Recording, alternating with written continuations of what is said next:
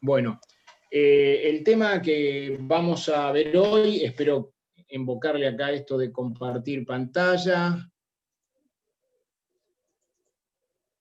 Ahí está. Voy a ver si desaparezco.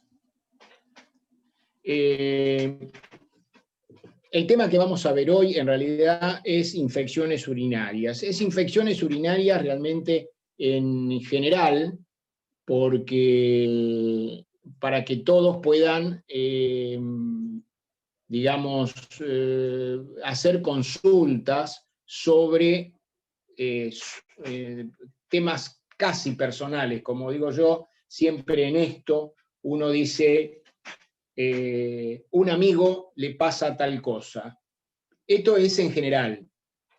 Es decir, no vamos a hablar en particular de la esclerosis múltiple con las infecciones urinarias, sino infección urinaria en general. A veces me gustaría que preguntaran, porque siempre hay mitos en todo esto, como vamos a ver un poquito al final, para entablar un poquito la discusión. Siempre recalcar que las infecciones urinarias es muy común en la población, pero más en la población con esclerosis múltiple, y es importante que uno las trate porque las infecciones pueden provocar una exacerbación o una crisis en la esclerosis múltiple. Uno a veces se pregunta por qué el urólogo debe estar en el trayecto de la enfermedad esclerosis múltiple. Es porque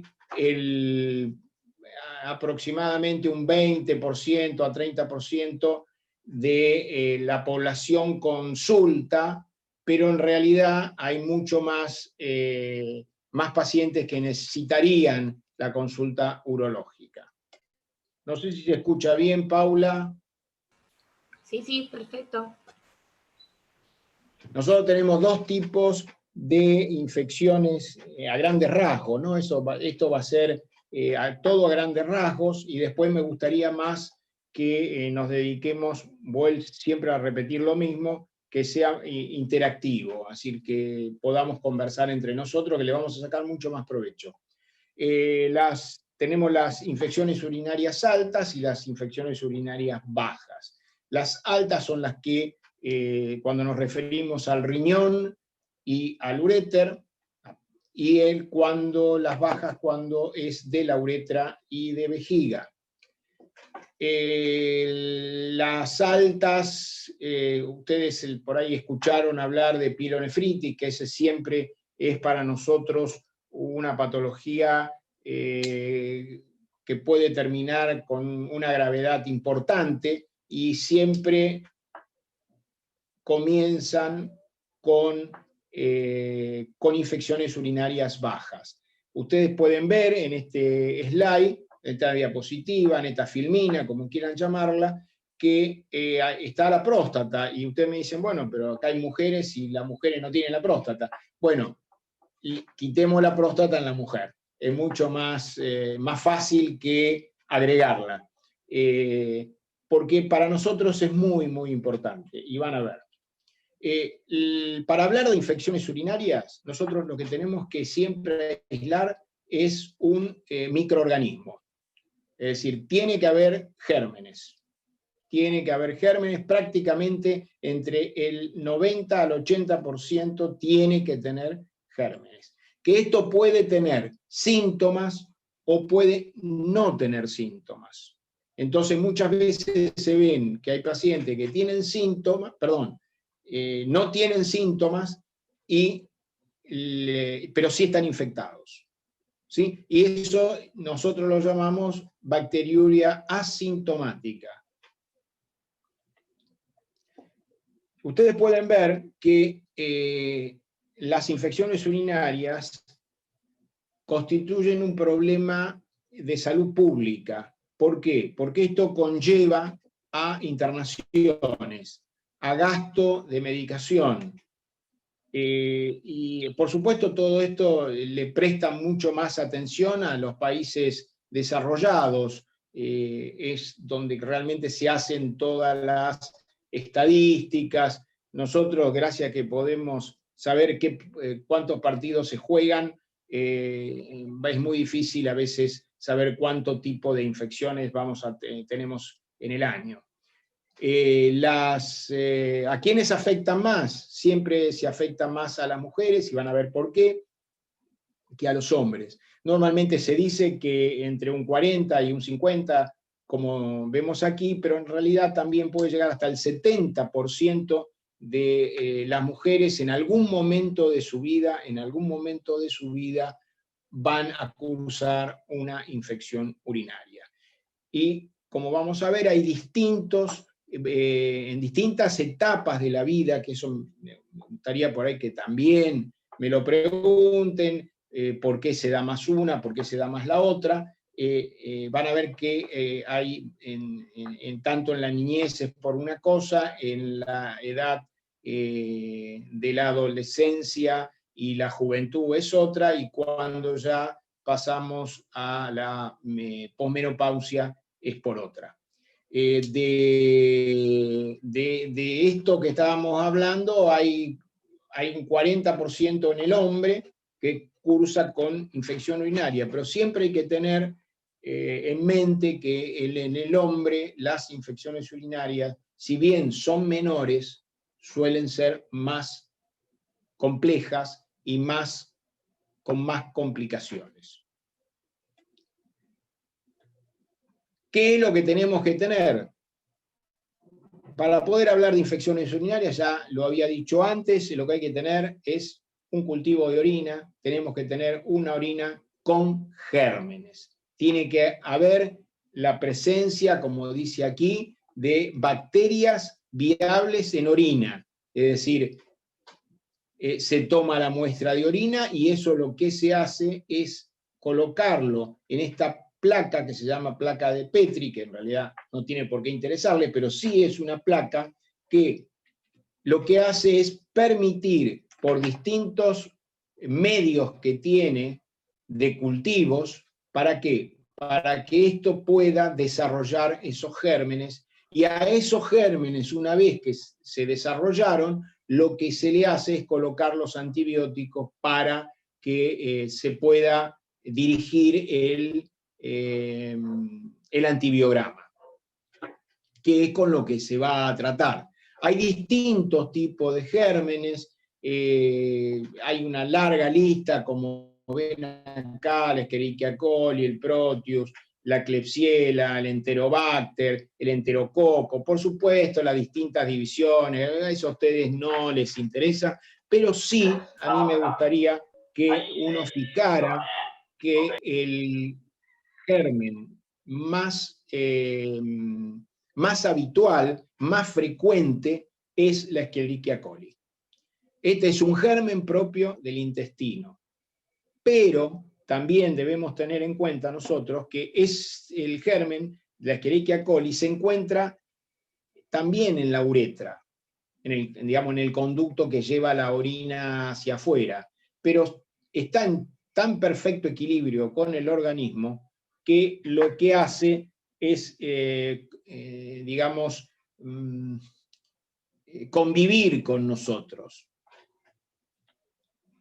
¿Y cómo se puede ir transmitiendo estas infecciones urinarias? Generalmente se las reconoce con 2 o 3 vías de acceso. Una es la vía ascendente, que es la que va desde la uretra, pasa por la vejiga, y si existe alguna complicación se nos va yendo hacia arriba y se aloja acá en el riñón, y es cuando nosotros tenemos las pielonefritis, y que es lo más temido en las infecciones. También se puede dar por vía hematógena, no es tan frecuente, pero ustedes han escuchado decir muchas veces que hay pacientes que tienen trastornos a nivel bucal, y por vía hematógena se infecta una muela, y por vía hematógena puede llegar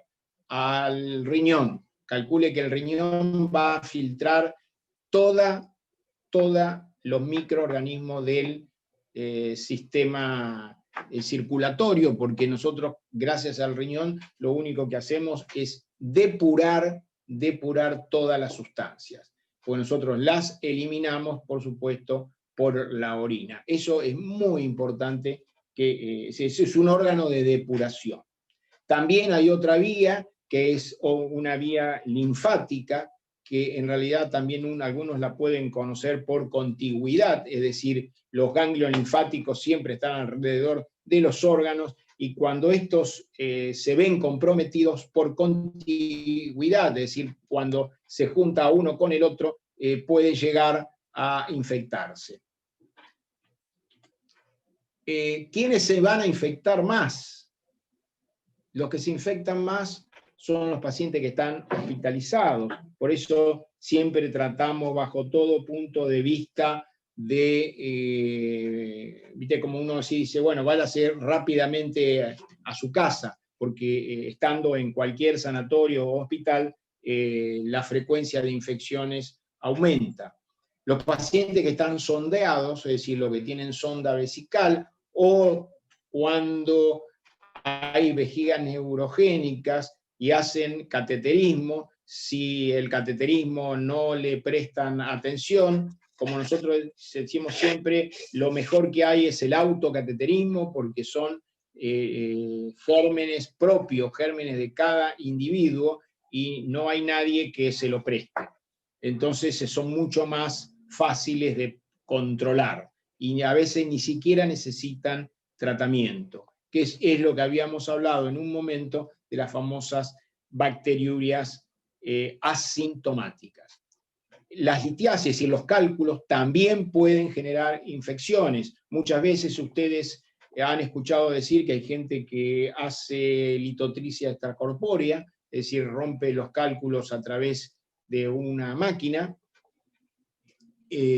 Cuando se rompen esos cálculos, liberan nidos de gérmenes, y a veces puede terminar en abscesos. Los abscesos también generan, digamos, bacterias, y ahí ven la hipertrofia de próstata, el reflujo vésico-uretral, que no sé si ustedes se acuerdan cuando hablamos la vez pasada de los distintos tipos de vejigas neurogénicas. Cuando aumenta mucho la presión dentro de la vejiga, la orina tiende siempre a irse hacia arriba, es decir, como yo siempre digo, hacia la casa de los padres, que es el riñón. Es ahí todo donde nace la orina, y si nosotros llevamos la orina de la vejiga hacia el riñón y esa orina está infectada, y encima con aumento de la presión, esto lo que hace es perjudicar al sistema renal. Y por supuesto las alteraciones congénitas, una de ellas es el reflujo.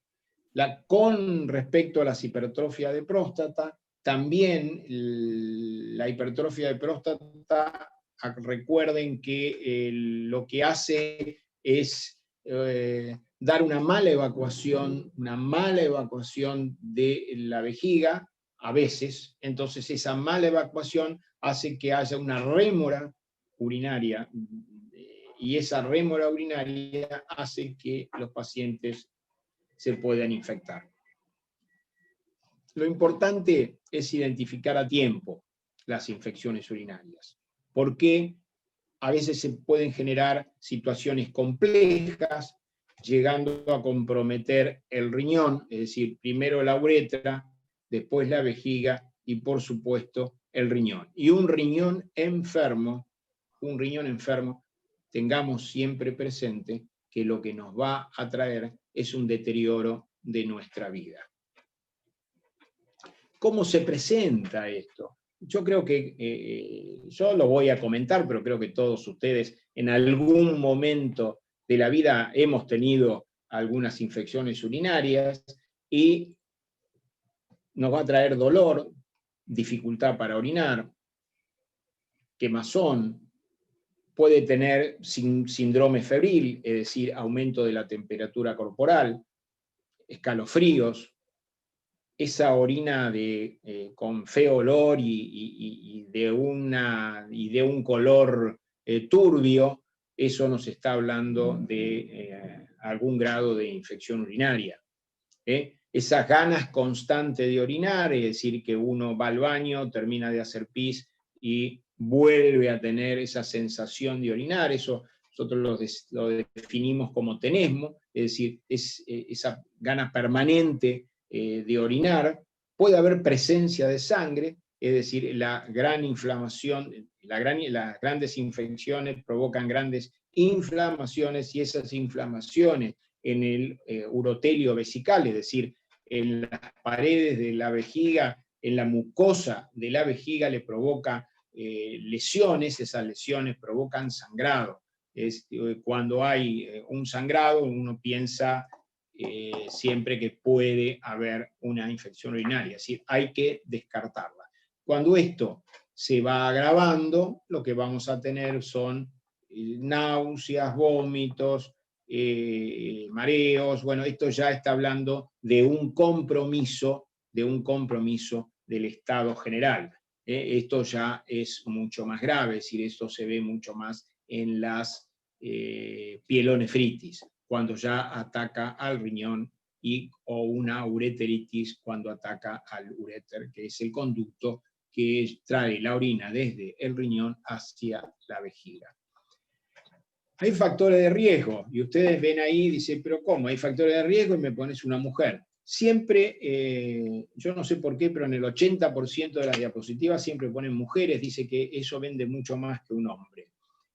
Bueno, en realidad acá es porque vamos a ver que los factores de riesgo se deben a la anatomía, es decir, cuán largo puede ser la uretra, y la uretra de la mujer es una uretra sumamente corta, que tiene más o menos 3 centímetros, la del hombre es mucho más larga, e inclusive tiene alguna deflexión que hace que le sirva de barrera para las infecciones urinarias. También tiene su próstata, que es otra barrera y otra fuente de infección. Es decir, por un lado es una barrera y por el otro lado es una fuente más. Las actividades sexuales, ahora con estos cambios de paradigma en la sexualidad,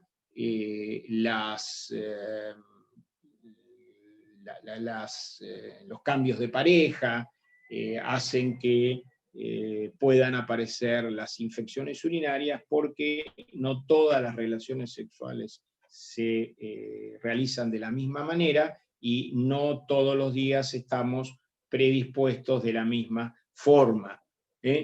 Y los cambios hormonales. Es muy importante la acidez vaginal, el cambio de la flora que se provoca en la vagina y en todo el introito, y también los estados de la menopausia, y con ello también a veces los usos de los espermicidas, que también hacen que le cambie ese pH y le pueda provocar infecciones urinarias. También nosotros tenemos mecanismos que hacen que uno se infecte con mayor frecuencia. ¿Cuáles son esos? La mala higiene perineal. Esto creo que lo aprendemos de chico.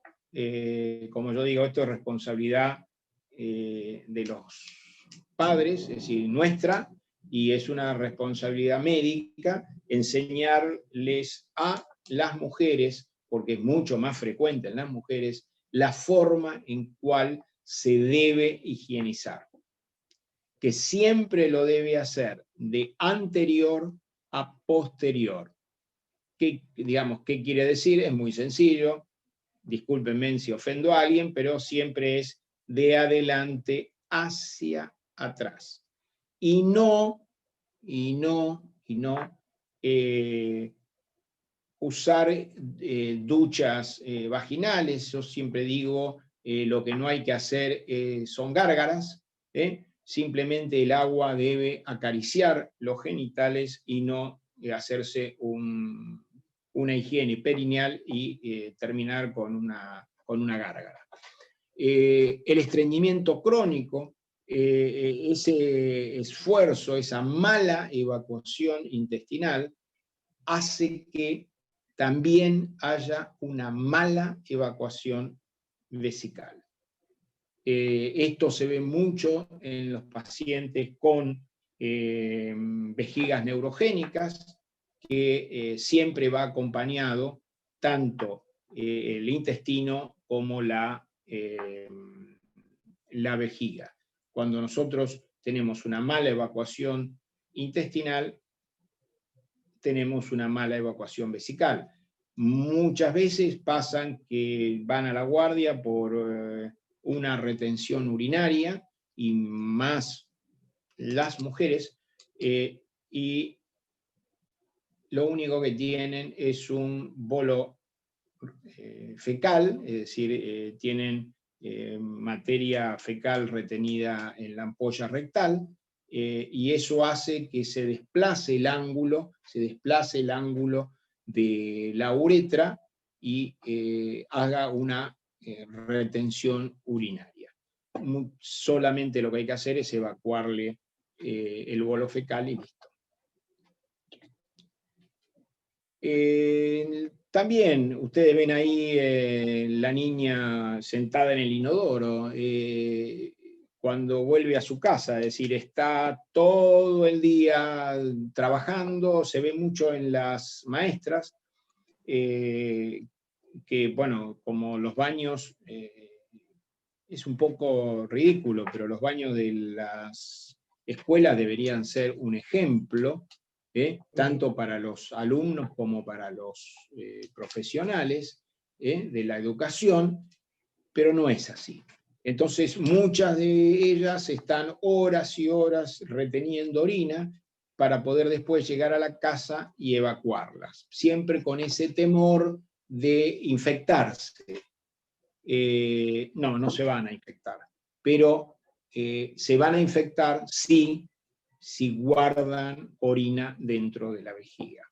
Y después también la disminución del líquido que uno toma, porque dice, bueno, si yo tengo que ir al baño, no puedo trabajar, no puedo hacer mis tareas, no puedo hacer el deporte, no puedo esto, no puedo. Entonces, ¿qué hace? Baja la cantidad de líquido que toma. Esa baja de cantidad de líquidos lo único que hace es favorecer la concentración de orina, y esa concentración de orina puede provocar infecciones urinarias. Algo tan simple como es tomar líquido, va a haber una mejor evacuación. Los factores climáticos también. Hay factores que lo que hacen es, por ejemplo, el calor, cuando se pierde mucho líquido. Con el frío, hay personas que el frío en la zona perineal o en la zona de, como dicen, del bajo vientre, es decir, en la zona pubiana, como decimos nosotros, hacen que tengan mayor frecuencia miccional y también pueden provocarles infecciones urinarias. Y después el gran tema que hay ahora es el tipo de ropa que se usa. Cada día la ropa que se usa cada día es más ajustada, ya no sabemos cómo se colocan ni cómo se sacan. Yo siempre digo que hay una ropa del siglo XX y otra del siglo XXI. En realidad no es mía, sino que es un dicho, porque antes nosotros, para poder observar o para poder ver una buena zona glútea, debíamos correrle, como dicen, la bombacha, la ropa interior, y ahora no necesitamos absolutamente nada. Ahora lo único que debemos hacer es realmente ir a buscar la ropa interior, porque a simple vista no la vemos. Eso hace que favorezca las infecciones. ¿Por qué? Porque llega toda todos esos gérmenes, se los pone todos juntos, todos apretaditos, todo está muy bonito, como digo yo, para las chicas, muy bonito el pantalón, que queda muy ajustadito, muy bonito, muy lindo, esas polleras que son todas elásticas, muy, muy ajustadito, todo muy, muy, muy bonito desde el punto de vista estético, desde el punto de vista visual, pero para la salud no es muy bueno. Inclusive la ropa interior que debe usarse debe ser una ropa interior con algodón, debe ser de algodón y debe ser holgada, que permita una buena ventilación. ¿Por qué? Porque eso va a llevar a una baja concentración de inmunoglobulinas en la vagina. Esto en realidad no es para ustedes, pero sí sepan que esa baja de concentraciones hace que aumente la adhesividad, es decir, que se pueda pegar muy, muy bien las bacterias a la mucosa vesical y a la mucosa vaginal. ¿Cómo se va a presentar en la mujer? En la mujer se va a presentar con disuria, es decir, dificultad para orinar, aumento de la frecuencia miccional, urgencia y muchas veces con sangre con orina. Eso es lo que nosotros llamamos hematuria. Hay que tener cuidado que muchas veces la disuria y la polaquiuria se deben a factores de enfermedades vaginales. Es decir, lo que hay que descartar que esa enfermedad vaginal no esté provocada por la orina, porque sí puede estar provocada por la orina, porque si la mujer tiene incontinencia de orina, tiene tiene la aparición de prolapsos, eso lo que hace es humedecer toda la zona y puede generar infecciones.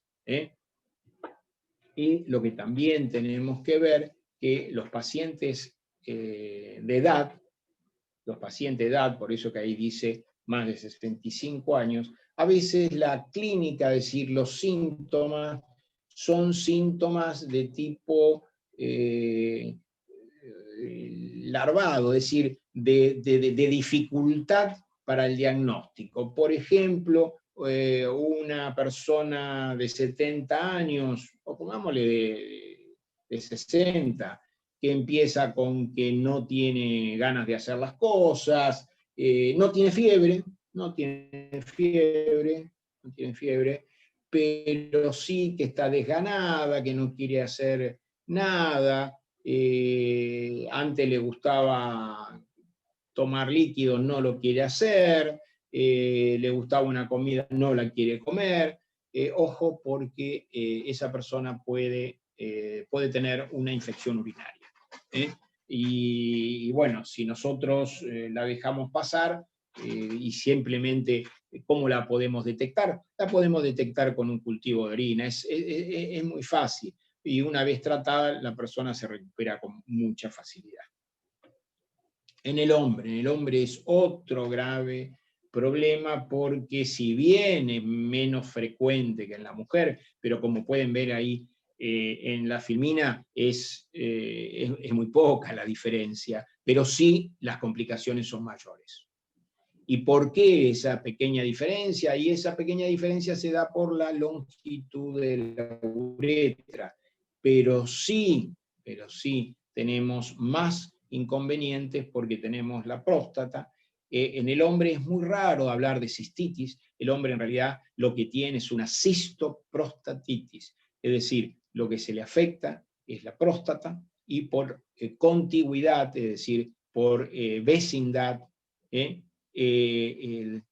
tiene una afección de la vejiga. Y ojo con los pacientes que hacen este nombre raro que ven ahí, que es una orquipididimitis. Hay que decirlo rápido porque si no uno no lo dice nunca. Eso es muy fácil. ¿Cómo se diagnostica? Porque hay un agrandamiento testicular.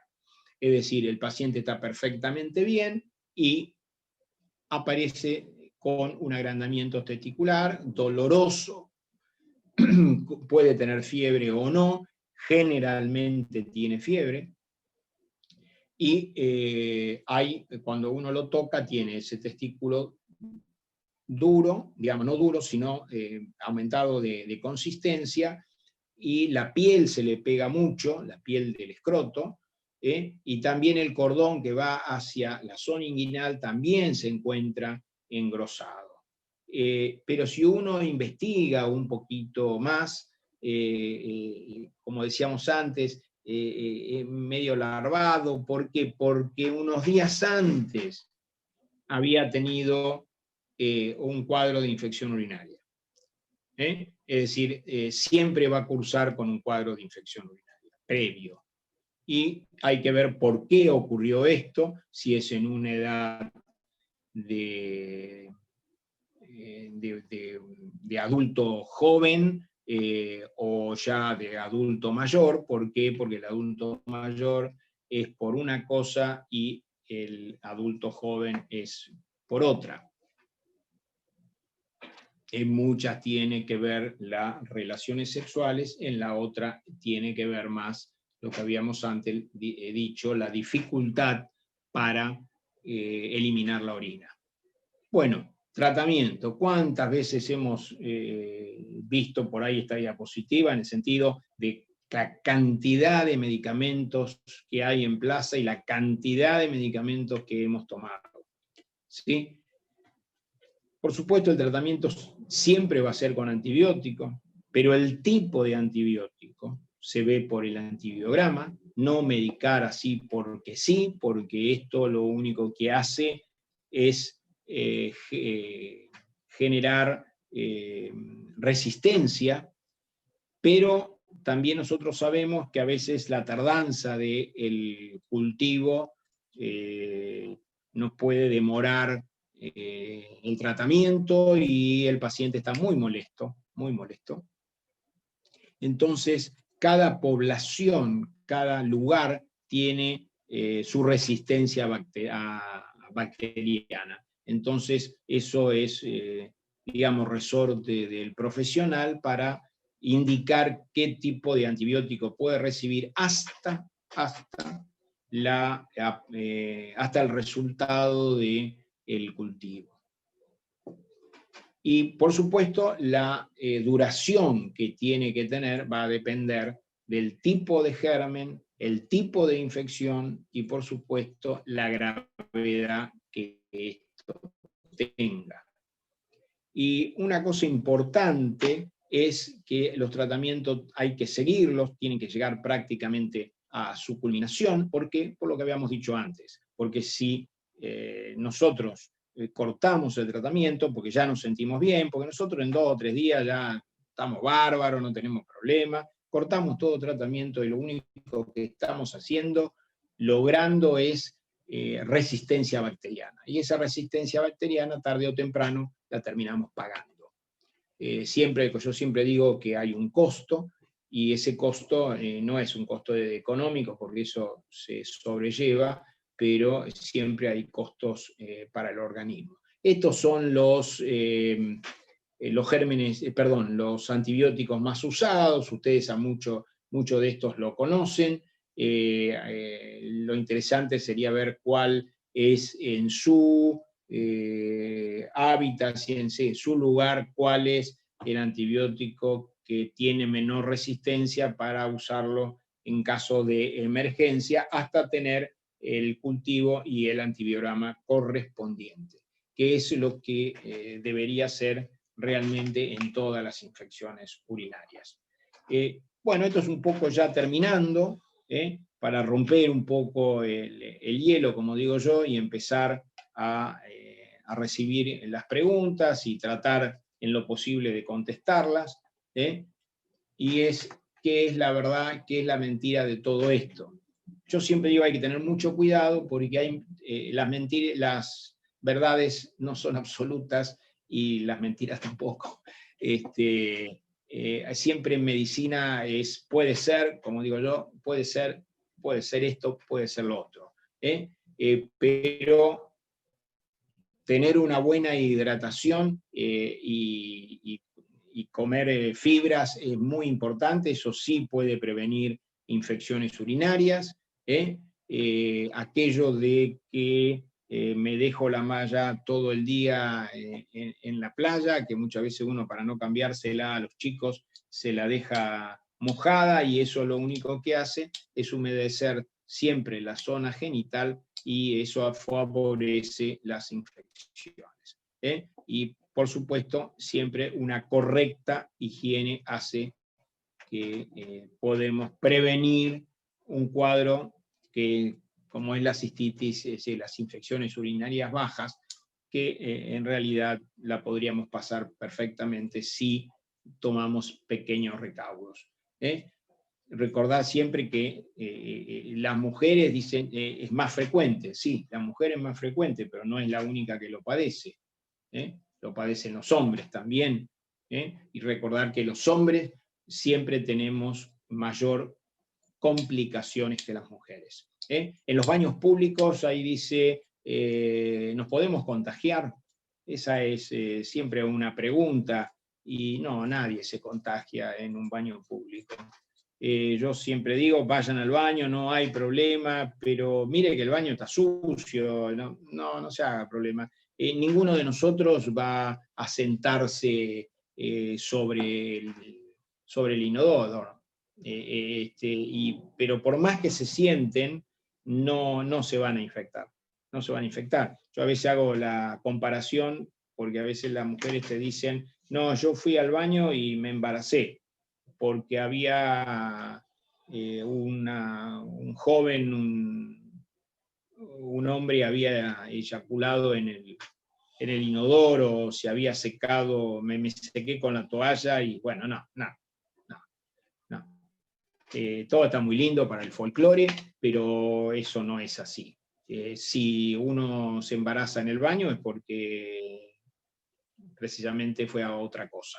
No porque se secó con una toalla o porque el baño estaba sucio, y lo mismo con una infección urinaria. No te vas a infectar.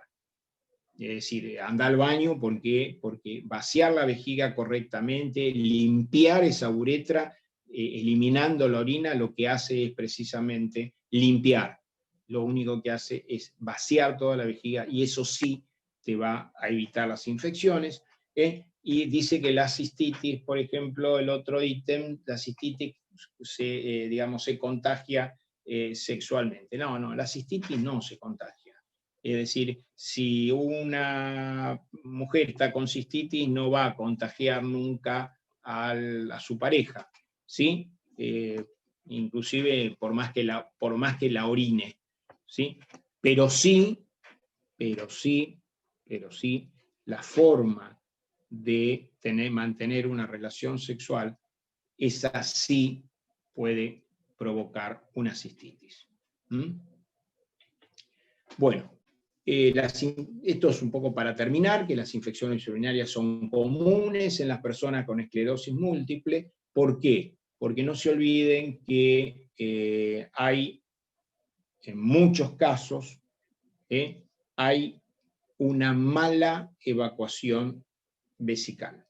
Es decir, algunos en mayor o menor medida van teniendo una vejiga neurogénica, y toda vejiga neurogénica va a traer alteraciones en la funcionabilidad tanto vesical como intestinal, y eso va a hacer que aumente la frecuencia de las infecciones urinarias, y más en las mujeres. Es importante tratarlas. ¿Por qué? Porque con eso uno va a evitar la exacerbación y una crisis de esclerosis múltiple. ¿Por qué? Porque muchas veces nosotros vemos que un paciente que está en perfecto estado de salud, sin ningún tipo de problema, aumenta la espasticidad. Y creo que cualquiera de ustedes lo sabe más que yo, que ni bien empieza a aumentar la espasticidad, lo primero que tenemos que hacer, ¿qué es? Es ver que no tengo una infección urinaria. y eso es tan simple, con un cultivo de orina nos quedamos todos tranquilos, aplaudimos y se acabó el problema. Y recordar siempre que nosotros vamos a tener bacteriuria, es decir, vamos a tener una infección que va a tener síntomas y otra que va a ser totalmente asintomáticas. Y las asintomáticas podrían no recibir tratamiento. ¿Por qué? Porque el organismo lleva a convivir con esa infección. ¿Por qué? Porque son pacientes que se cateterizan permanentemente, entonces eso hace que uno ya reconozca los gérmenes, el organismo reconoce los gérmenes y no necesita, bajo ningún punto de vista, que se le dé un tratamiento. A veces se le dan algunos antisépticos, y creo que ya estamos terminando. Sí, es como para ver las preguntas que ustedes quieran. Dejé algunas cosas, como uno dice, no cuenta toda la verdad para que digamos, hablemos un poquito con las preguntas. Yo creo que siempre va a haber una, si no la voy a hacer yo, porque está muy, muy de moda, pero bueno, voy a esperar primero que ustedes hagan las preguntas o quieran saber algo más. Bueno. Paulita, te entrego el poder, te entrego la espada de He-Man. Bárbaro, bueno. Tiene que dejar de compartir pantalla. Bueno, está bien. Siempre me critican a mí. No, Pauli, antes de ir a las preguntas, Pauli, yo les quiero comentar que yo a las 12 me tengo que desconectar porque comienza el 6º Congreso Latinoamericano de Asociaciones de Esclerosis Múltiple, en el cual, si bien alguna vez me han escuchado, en el 2015 Alcen empieza a convocar a las asociaciones de Latinoamérica.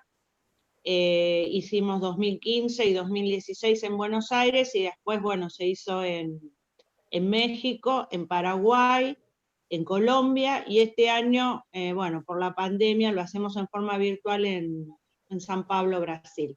Así que bueno, doctor, le agradezco la participación y espero que, bueno, lo volvamos a tener en el 2021. Y ahora sí, Pauli, todo tuyo. Dale. Gracias. Gracias a vos, Ana. Bueno, hay algunas preguntas en el chat. Pero, Su, ¿te parece que antes que te vayas sacamos una foto? Así está. Bueno, Dale. bueno. Sí, igualmente yo por este teléfono no me voy a desconectar, voy a seguir conectada porque si no finalizo la reunión. Pero me voy a pasar a la computadora. Bárbaro. ¿Te querés mostrar? Así. Ay, sí, pará. ¿Y dónde estoy? Ah, acá estoy. No te vemos. Ay, pero no puedo. Sacamos rápido y te vas a pintar los labios y a peinar y preparar para dar la apertura. No, sí, total, no. Sabemos que estás a cargo de la apertura también del encuentro. Sí. Y demás. Bueno, sacamos una foto, reímos y Sonrisa. igual está por ahí Santi, que siempre le pido que me ayude. Ya esperen que hay otra paginita. Y va con la otra página. Ahora sí, va de vuelta. 1, 2 y 3. Perfecto, buenísimo. Muchas gracias. Bueno, Su, te despedimos, te dejamos prepararte.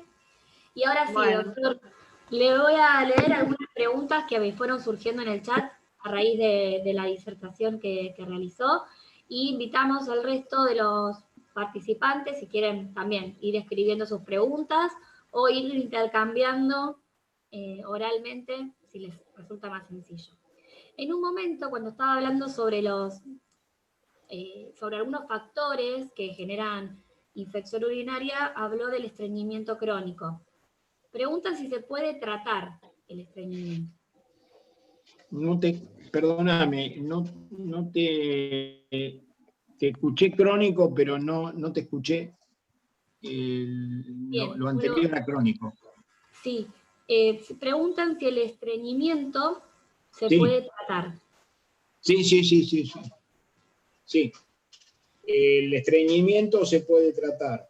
Por eso que eso uno lo maneja normalmente con la nutricionista, por eso es importante. Y el hecho también de comer fibras. Es decir, hay que tener mucho cuidado cuando llega el verano, porque cuando llega el verano uno disminuye la cantidad de líquido que toma. No sé por qué, pero porque realmente uno debería tomar más líquido, y tanto la falta de líquido como la falta de fibras hace que uno tenga el aumento del estreñimiento o la constipación, ¿no? Es decir, pero se trata. Todo tiene tratamiento. Todo. Y ojo porque, por ejemplo, yo voy a comentar algo sobre la cronicidad que puede provocar las infecciones urinarias, ¿no? Es decir, una pregunta sería, ¿puedo tener una infección urinaria crónica? Sí. Más de 3 infecciones en el año ya se considera que uno tiene una cronicidad de esa infección, ¿no? Casualmente la Y pregunta hay que ver, eso es muy individual. No, vos. Habla vos. No, perdón, que esto que estaba comentando recién de la cronicidad de las infecciones viene como muy de la mano de la siguiente pregunta, donde una participante dice, yo estoy teniendo infecciones urinarias 3 veces en el año o 4. ¿Es un rango permitido o me tengo que preocupar? Con lo que acaba de comentar, estaría respondida esa pregunta. Claro, lo que pasa que también, esto es un poco, nosotros decimos que cada paciente es individual. Uh-huh. ¿Por qué? Porque nosotros también estamos acostumbrados a meter todos en la misma bolsa. Vamos a ser sinceros, pero no es así. Creo que cada uno de nosotros necesita un traje a medida. ¿Por qué? Porque yo no le puedo pedir a una persona que haga algo, por ejemplo, tiene 70 años y yo le voy a pedir que me haga unos ejercicios perineales. No, si tiene 40, ¿escuchás? Hola.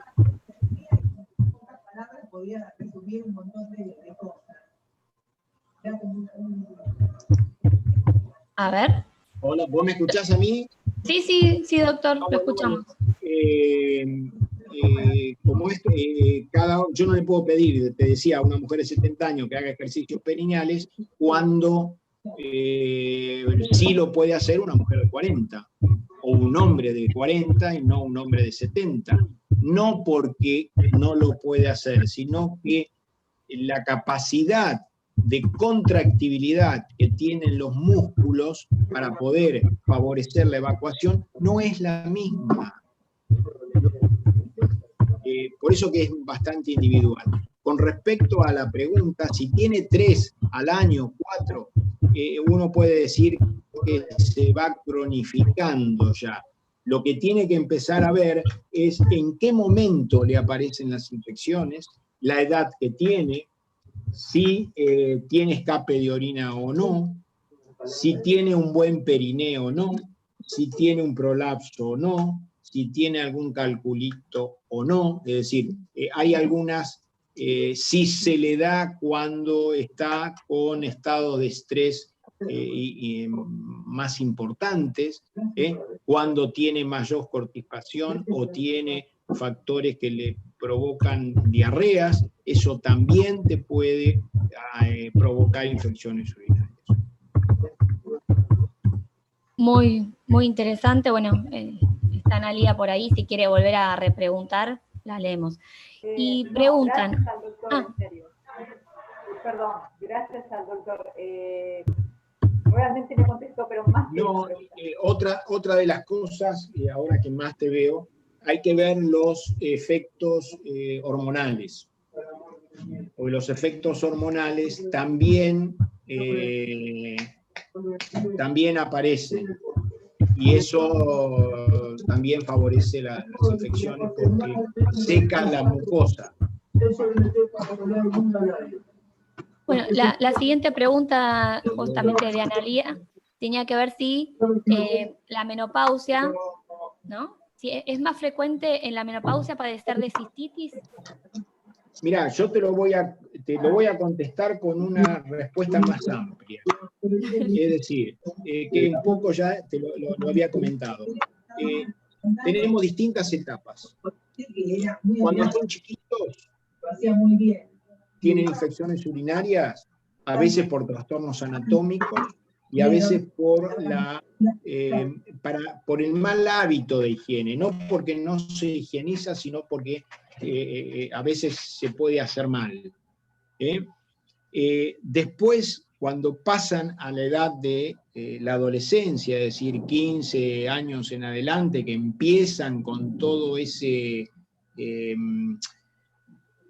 fervor de sus relaciones sexuales, también aumenta la frecuencia. Y por supuesto, cuando bajan los estrógenos, ahí aumenta la adherencia de los gérmenes en la vagina y en la vejiga. Porque si ustedes se fijan, después de una edad determinada, se seca la piel. Y así como se le seca la piel, se le secan las mucosas. Pero todas las mucosas. La vagina tiene la misma mucosa, seca, y se lo transmite ¿a quién? A la vejiga que está por arriba. Entonces sí, la menopausia lo que hace es aumentar la frecuencia de las infecciones urinarias. Y ojo, porque si esa menopausia, nosotros tenemos una vida sexual activa, vamos a tener que tomar ciertos recaudos para que esas infecciones no se cronifiquen. Se transmiten, claro, además. No Perfecto. sé si Sí, te a ver, contesté, si no, alguno tiene alguna otra, digamos, sugerencia, lo puede hacer, yo no me ahí ofendo. Roque levanta la No. mano. Sí, Roque, adelante y después seguimos con las preguntas del chat. Está bien, gracias por toda la info. Hay un tema, yo me acuerdo que cuando iba a la escuela había una materia que se llamaba puericultura, y que con el correr del tiempo, Higiene y puericultura. con el correr del tiempo, no digo que haya desaparecido en todos lados, pero mi hija menor, mi hija más chica, no tuvo el mismo contenido, esa información y esa educación cuando iba a la escuela que pude haber tenido yo, la madre o mis viejos. Y yo pienso que esa falta de cultura también hace a un montón de cosas que son cotidianas dentro del hogar, que son básicas. Y está bueno esto de tenerlo presente como para despertar el interés, porque me parece que hay cosas que hacen al bienestar y a la salud y arribar a la salud desde lo actitudinal de la persona, digamos, ¿no? O sea, informarse, saberlo. Esta charla está buena porque despierta interés en todo eso. Y digamos, arribar de una mejor manera a una problemática real de salud donde necesariamente tiene que intervenir un profesional con una medicación para solucionar ese drama. Pero pienso que necesariamente la persona tiene que tener un nivel de educación, de interés. De información. Me parece que nos falta a todos, me incluyo, una cuestión, qué sé yo, me parece, porque en definitiva es nuestro organismo, lo que más a la mano tenemos como para darnos cuenta de tantas cosas que suceden, ¿no? esto, qué sé yo, para mí es un llamado de atención, no para hablar mal de nadie, para hablar bien de la oportunidad que tenemos. O sea, hoy nos da la charla el doctor especialista en un aspecto de nuestro organismo, y está bárbaro. Pero hay cosas que son básicas y me parece que tendríamos que tenerlas claras. Sí, mira, estoy de acuerdo, realmente estoy de acuerdo con vos, Roque, estoy totalmente de acuerdo, y hasta te diría que a veces uno da por sobreentendida un montón de cosas que no es real. Si yo a veces digo, bueno, mire, vamos a tener que hacer cateterismo intermitente, y uno le mira y te miran como diciendo, ¿y dónde lo pongo el catéter? Es decir, es como decías tú, es una falta de conocimiento de nuestro propio organismo. Es una falta de conocimiento de nuestro organismo. Y eso a veces es alarmante, es muy alarmante. Pero los programas cada vez son más acotados. Yo hasta me asustaría con la medicina que va a venir. Con la medicina que va a venir. Porque cada día uno se asombra más de los programas que hay. Si lo vamos a sufrir nosotros. Lamentablemente lo vamos a sufrir nosotros. Es decir, ¿por qué? Porque va a haber un montón de cosas que no hay, digamos, antes había muchos discípulos, ahora se fueron hasta perdiendo. Y a la gente antes se les enseñaba más, ahora cada vez se les enseña, se les da mucha información, pero no se les enseña. Se le da información. Es tu problema. Y creo que no es así. Creo que no es. Por eso estoy muy, muy de acuerdo con lo que decís. Muy de acuerdo. Pero bueno, es lo que tenemos. Yo quería Bien. compartir esto, Bueno, lo que dije, porque me parece que es fundamental para que, ya que tenemos toda esta oportunidad de lo que estamos presentes, que tenemos que poner mucho de nosotros como para habilitar todas esas cosas, ¿no? Y lo que decías vos de una maestra que sí, por supuesto que sucede, y de los problemas o el pensamiento de las infecciones en los baños y demás, eso lo tenemos que tener y se lo transmitámoselos a nuestros hijos. ¿Sí? Bueno, cambio. Sí, Gracias. ahí, Natalia. Doctor, quería terminar con lo que usted había dicho de la menopausia, que ahí me generó como una duda, que entendí que obviamente que al bajar los estrógenos, como que el lubricado vaginal es como menor y eso predispone a una mayor infección. Ahora, con respecto a eso, ¿usted recomienda, digamos, como tratamiento tener que lubricar con algún tipo de gel, o eso hablarlo con la ginecóloga? Sí. Sería como, ¿qué se debería hacer frente a ese caso? Digamos? Mira, yo te voy a hacer el cuento. Sí.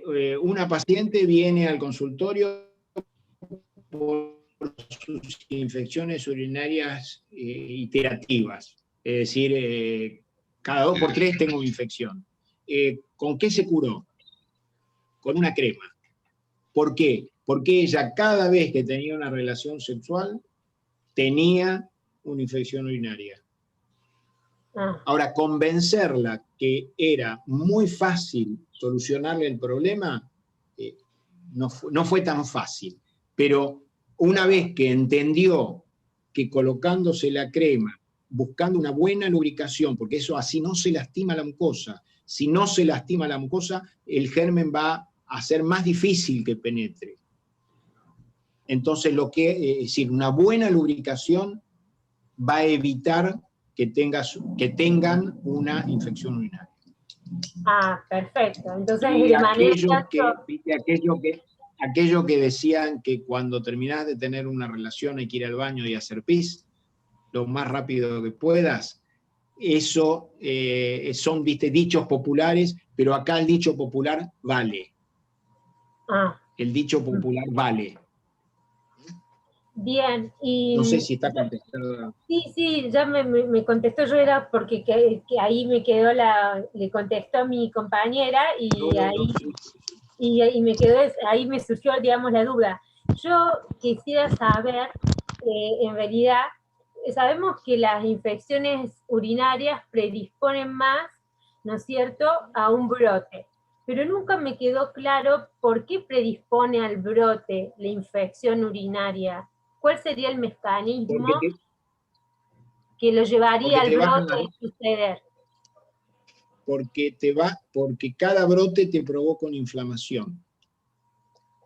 Y cada brote te provoca una disminución de tus defensas. ¿Sí? Sí. ¿Y eso qué hace? Que te favorezca qué cosa. Obviamente el brote, pero por ejemplo, yo me quedo pensando, doctor, hay muchas otras infecciones.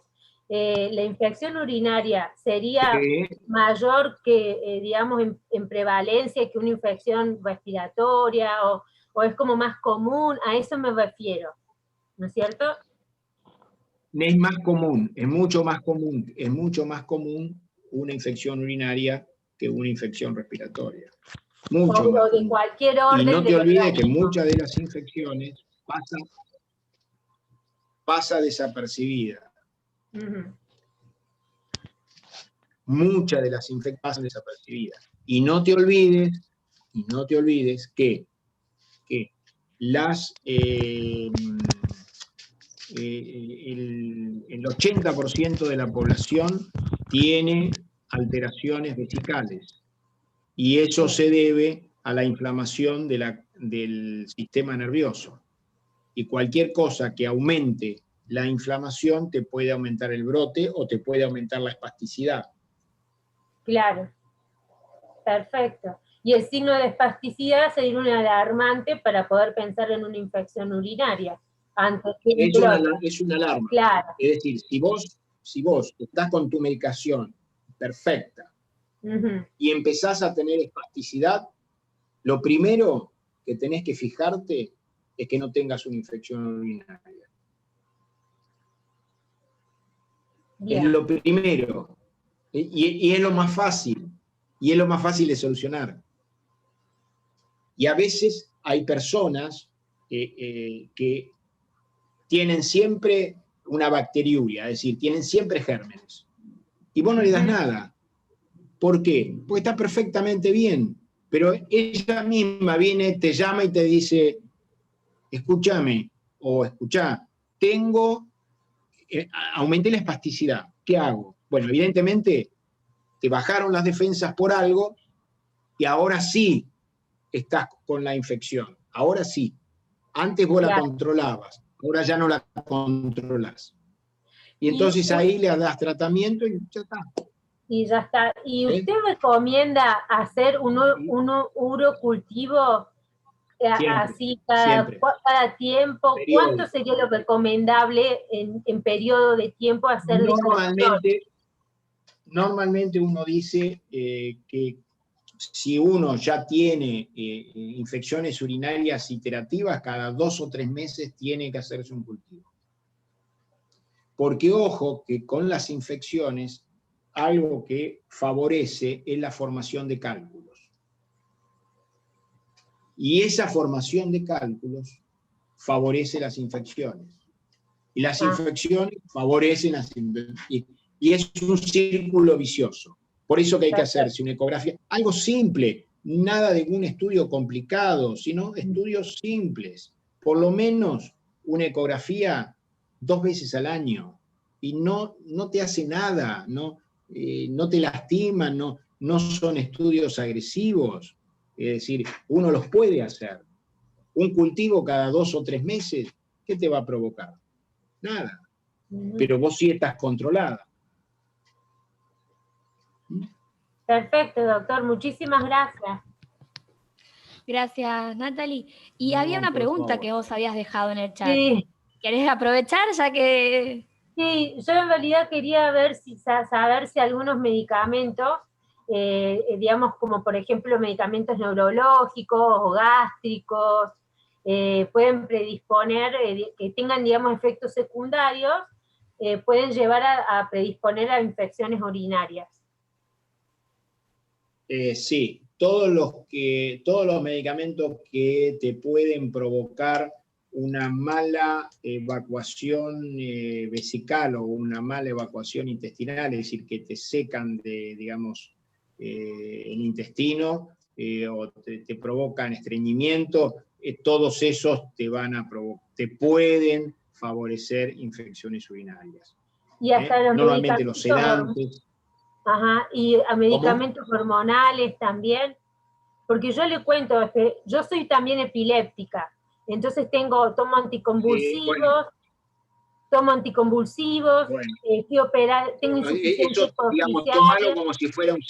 Vos normalmente te vas a estreñir con ese tipo de medicamentos. Es decir, y hay que ver si se secan las mucosas. Porque de acuerdo, si se seca la mucosa, es otro factor de predisponente a la infección. Yo, por ejemplo, si quería comentar que inclusive en mujeres que van de 15 a 50 años, que uno dice tiene una vida sexual muy activa, el factor de la relación aumenta hasta de 3 a 5 veces las infecciones urinarias. ¿Sí? Digamos, normalmente se da en ese rango etario. Eso no significa que pueda ser más, es decir, con más edad o con menos edad, ¿sí? Pero más o menos entre la vida sexual activa, porque más o menos se dice que una vida sexual activa llega hasta los 50, 60 años, entonces calcular que de los 40 en adelante las mucosas se secan todas. Y hay gente que tiene una menopausia precoz, la tiene a los 30 años y ya tiene que usar cremas porque si no tiene una mala lubricación. Y eso le va a traer dolor, le va a traer molestias y le va a traer infecciones, ¿no? Y aunque uno esté con complemento, digamos, hormonal, porque por ejemplo yo tengo por un adenoma hipoficiario, yo quedé con insuficiencia hormonal, o sea, tengo un combo de todo, más la esclerosis. Entonces, y ahí voy con una... Vos sos todo positivo, todo más. Claro, tengo todos los bichitos de luz. Yo te diría que sí uses, a pesar de los suplementos, use lubricantes. Perfecto. Use lubricantes. Porque inclusive el lubricante te previene de algunas cosas porque forma toda una capa en la mucosa. Y entonces hace que no penetren en realidad cualquier germen que anda dando vuelta. Y toda relación es traumática. Es decir, no te olvides que toda relación, digamos, sexual es traumática. ¿Por qué? Porque genera un frote. Y eso provoca un trauma, una lesión.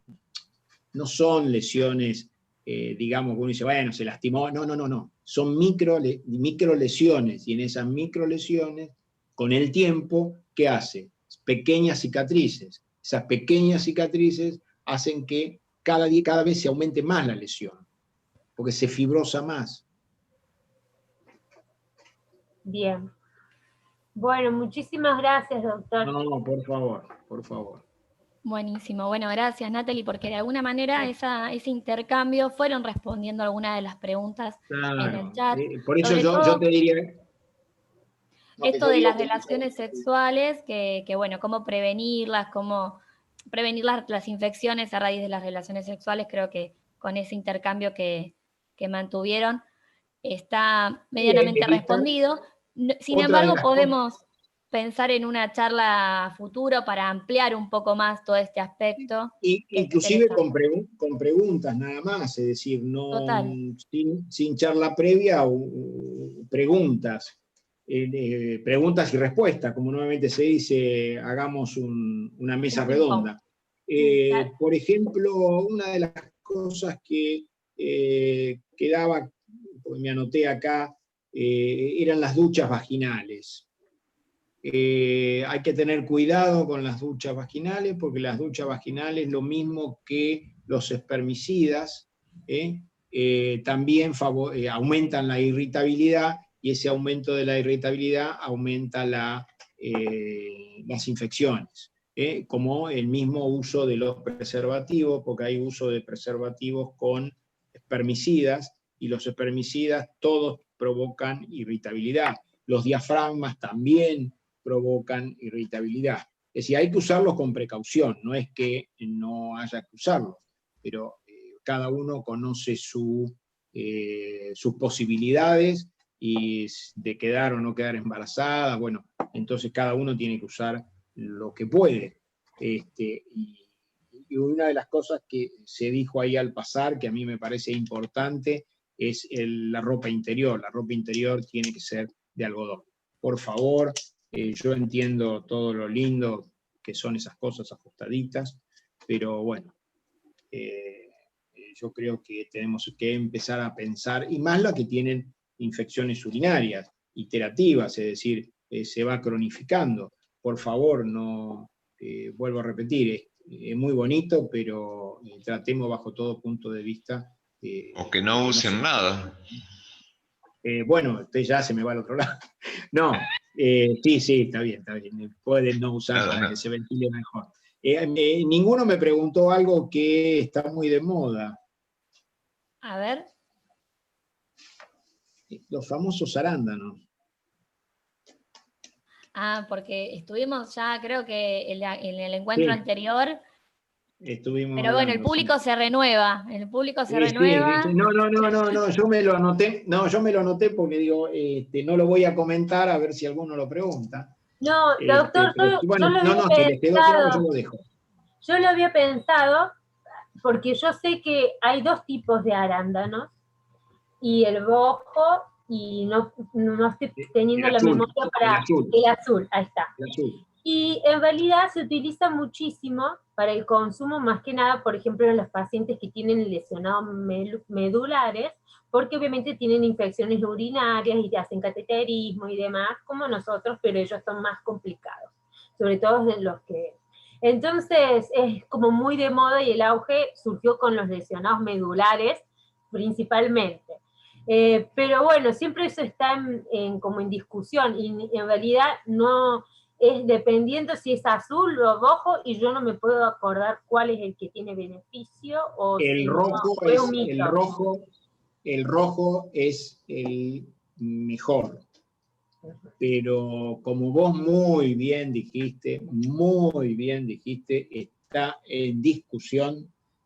No hay ningún trabajo científico, que afirme que sirve. Es decir, puede que, como creo que la vez pasada habíamos dicho, puede que sí, puede que no. Mal no te va a hacer. Bien no sé. Exacto, y muchas personas y pacientes lo toman como placebo, y ellos dicen, bueno, orino mejor, yo lo comento y lo traigo aquí, porque, bueno, doctor, yo soy kinesióloga también y me dedico a la parte de neuro, y muchos pacientes que he atendido con lesión medular lo tomaban, ellos se sentían muy bien y decían que obviamente les mejoraba, les levantaba el ánimo y que iban a estar, pero era como más placebo, pero científicamente hoy en día no hay nada que se compruebe como usted dice. No hay nada. Y una de las cosas que quizás con otra patología, que es el cólico renal, viste que se decía que la barba de choclo, la cola de caballo y de burro, no me acuerdo, si vos te tomabas 2 litros de eso por día, estabas mejor y se te rompían las piedras. No existe nada de eso. Es lo mismo que esto. Lo que se aumenta es la cantidad de líquido que se toma. Bien. Entonces, cuando vos vas a tomar el jugo de arándano, vas a tomar mucho líquido, porque si no te vas a tener que comer kilos de, ¿cómo se llama? De arándano. Y lo único que hace, que es lo que dicen, como dijiste vos, es que dificulte que la bacteria se pegue a la mucosa de la vejiga. Pero eso también lo hace, ¿sabes quién? La Coca-Cola. Claro, mire. La Coca-Cola, en una época, Julamián, no sé si vos te acordás de Julamián fue uno de los, Sí. es uno de los infectólogos más grandes que hay en la Argentina. Empezó con que la Coca-Cola lo que hacía era evitar que el germen se pegara, el coli, que es el más frecuente, se pegara a la mucosa vesical. Pero no hay ningún trabajo científico que lo avale. Es decir, como decís vos, si sirve como placebo y el paciente anda bien, excelente. Yo lo compro, ¿sí? Pero Claro. que esté convencido que sirven. Porque tengo muchos pacientes que no les sirve para nada. Es como dijiste vos, ¿les sirve de placebo? Vamos para arriba. Y si no le sirve, bueno, le buscaremos otra cosa. ¿Eh? Pero eso lo quería aclarar, pero bueno, evidentemente lo aclaraste vos mejor que yo. Bueno, hay 3 preguntas sí. más o menos en el chat, Dale. para ir midiendo el horario. Y empiezo Dale, de dale. abajo para arriba porque justo volviendo a los temas de los alimentos, preguntan, ¿el ajo es bueno para las infecciones? Científicamente, como digo, no está comprobado. Bien. No está comprobado. Son esas cosas populares que se hablan, pero no hay nada científico que diga que sirve. Perfecto. Después preguntan, ¿realizar depilación definitiva puede generar infección? No. No, al contrario. Muchas veces cuando a un paciente se le coloca sonda y debe usar una sonda en forma permanente, debería estar depilado. Bien. Después preguntan. Sí, evitar todo lugar donde se pueda hacer el reservorio, ¿no? Exacto. Cuando consulté al urólogo por urgencia e incontinencia, me pidió un estudio que no me animé a hacer. Igual me recetó solifenacina. ¿Tomar eso puede producir infecciones? Sí. ¿La Porque me dijo, solifenacina? sí. La solifenacina es un relajante vesical, es decir, es una medicación que se usa para las incontinencias de orina de urgencia. Es decir, aquellas personas que tienen que salir corriendo al baño para, cuando le vienen ganas, tienen que salir corriendo, si no, no llegan. O directamente te dicen, tengo ganas de orinar y ya se orinó. Claro. Sirve para eso. ¿Puede presentar retención de orina? Sí. Puede. Por ejemplo, nosotros, si un paciente tiene un aumento de la glándula prostática que le dificulta la evacuación de la vejiga, no le daríamos nunca un relajante, porque puede provocar retenciones urinarias. ¿Podemos, doctor, hablar un poquito de ese estudio? Bueno, yo supongo que el estudio, supongo que el estudio que le pidieron es el estudio urodinamico. Es un estudio que lo que hace es estudiar las presiones que ejerce la orina en la vejiga. Y eso lo que se le hace, depende mucho del equipo, digamos, y lo que se hace es la colocación de catéteres dentro de la vejiga para medir la presión e ir llenando esa vejiga y medir la presión, y también un catéter para medir la presión intraabdominal, porque yo creo que cuando di la charla anterior mostré los estudios, Sí. y lo que hace, uno a veces no puede distinguir, si no tiene las dos presiones, tanto la presión abdominal como la presión vesical, no puede distinguir cuál es la presión de la vejiga que no está influida por el abdomen. Pero es un estudio invasivo, no es doloroso, pero sí es invasivo, porque hay que colocarle catéteres. Y puede generar una pequeña molestia, que es la de aumentar la frecuencia miccional, pero orinando 3 o 4 veces después del estudio se le va, eso no es problema, pero yo creo que con respecto al estudio es más el mundo que uno se hace que lo que realmente es el estudio, ¿no? Es decir, lo que pasa es que todo lo desconocido genera ansiedad.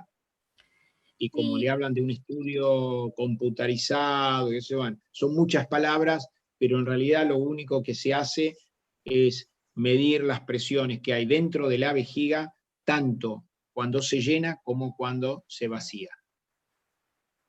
Perfecto. Siempre Yo en pensaba, relación con el abdomen, ¿no?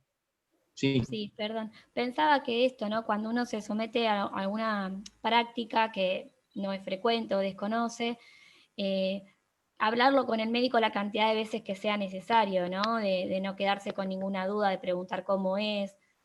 Cuanto uno más No, información seguro, en algunos seguro. aspectos ayuda a disminuir la ansiedad. Eso es muy personal de cada persona. Cada uno. De Sí. cada caso. El problema que se suscita en todo esto, lamentablemente, yo creo que si nosotros lo reconocemos, todo el mundo lo reconoce, creo que en algún momento va a llegar a un equilibrio. Por ejemplo, con esto de la pandemia. A nosotros nos mezclan pacientes con consultas telefónicas con consultas presenciales, ¿no? Y te ponen en 3 horas 20 pacientes. Si vos en 3 horas podés llegar a ver 20 pacientes. Tal cual. Bien. Hay algo que no funciona bien. Eso es por eso yo creo que esto es otro tema, pero es parte del complejo de los temas. Es decir, cuánta gente se toma, por ejemplo, a mí, yo hago los estudios, y muchas veces uno le manda al médico que lo pide, le manda una notita, mirá, que tiene esto, tiene lo otro, por ejemplo, tiene dispareunia, que es dolor en la relación sexual. Y a veces te llama el profesional y te dice, che, pero ¿cómo te enteraste? Digo, preguntándoselo. Pero yo no se lo pude preguntar. Y porque vos tenés 5 minutos, 10 minutos. Yo no. Yo tengo 40 minutos para hacer un estudio. Y entonces le preguntás cómo se llama, cuántos chicos tiene, le preguntás un montón de cosas, entablás una relación totalmente distinta al otro que está en el consultorio y tiene que tardar 5 o 10 minutos. Uno dice que no es parte, pero es parte, es parte. Totalmente, y nosotros, aprovecho a contarle a todos, en nuestros encuentros de mesa de diálogo fue uno de los temas que se abordaron. Un grupo estuvo trabajando sobre la relación médico-paciente y una de las cosas era sobre este tiempo para poder hacer todas las preguntas y poder conversar con el médico que lo trata. Bueno, voy a la última pregunta que tenemos en el chat y si alguien tiene una más, también le podemos dar lugar. ¿El calor del suelo puede generar infecciones urinarias? Puede favorecerlas, sí. Puede favorecerlas. Se ve mucho en la playa, porque se junta la humedad de la zona genital y el calor. Bien, ahí Cintia Con creo que humedad. Una pregunta. levantás la mano. Adelante, Cintia, si querés. Buenos días a todos. Sí, yo he hecho esa pregunta. Yo vivo en Santiago del Estero con temperaturas de 40 grados. Y yo Sí, voy a mi conozco. trabajo, iba a las 2 de la tarde y hacía 2 cuadras en el pavimento. Soy docente, este año no he trabajado presencial. Y eso es lo que me daba temor. Caminaba 2 cuadras a esas temperaturas, Claro, en pero 2 de la tarde, con 40 grados. No es el calor, digamos, que a vos te viene, te emana del cielo, sino que ese calor te genera una humedad. Y la humedad te la genera en la zona genital. Entonces, por eso que es importante la ventilación, que un poco Roque ahí lo decía, y si no se pone nada, es decir, si vos tenés la zona ventilada, usás ropa interior adecuada, le das la menor humedad posible, vas a tener menos infecciones. Es decir, el favorecimiento del calor es por la humedad. Vos fijate que muchas veces hay hombres, inclusive, no tanto con infección, pero sí te comentan, pues puede pasar, que en verano le aumenta en la zona genital un escozor, como que tienen picazón entre medio de las piernas y cerca de los testículos. ¿Sí? Y eso es por los hongos que se provocan por la humedad. Y en la mujer es exactamente lo mismo. ¿Mm? Así que te lo puede provocar, pero no te lo provoca el calor del sol, te lo provoca el calor de la humedad. Perfecto, doctor. Muchísimas gracias. Muy claro. No, por favor. Gracias, Cintia. Bueno, hemos llegado al final del encuentro de hoy. No sé si alguien más tiene ganas de compartir algo o una pregunta, pero en líneas generales creo que fue muy satisfactoria la charla, el encuentro, el intercambio de preguntas, también animarse como a hablar de estos temas, ¿no? Porque es calidad de vida de todos nosotros. Así que bueno, agradecerle al doctor por su participación. Creo que sobre las relaciones sexuales y la vida afectiva podemos también organizar un encuentro para el 2021 para seguir profundizando en ese tema porque es un aspecto importante también de cada uno de nosotros que no debemos descuidar también, ¿no? Así que bueno. No, yo creo que no, yo creo que es parte de la vida. Y todo lo que sea parte de la vida que nos dé placer, digamos, nos dé felicidad, aumenta siempre digamos, la calidad de vida de cada uno de nosotros. A mí realmente me gustaron las preguntas, es lo que a mí más me gusta, que es tratar de contestarlas en lo que yo sé, cuando no sé, le diré no sé. Y realmente soy yo el que les agradezco que un día sábado se hayan molestado en escucharme. Esto siempre me gusta hacerlo presencial porque nos divertimos más, pero bueno, espero que en algún momento se pueda hacer. Muchas gracias a todos, muchas gracias Paula, y bueno, creo que ya Susana estará con otra cosa. Bueno, muchas gracias a todos. Gracias, doctor. Gracias. Lo despedimos. Muchas gracias. Muchas gracias. Y el resto de los participantes, si quieren les comparto 5 minutitos cómo sigue la agenda. Ya entramos a diciembre. La semana que viene seguimos con el taller de alimentación saludable. Sí, Roque.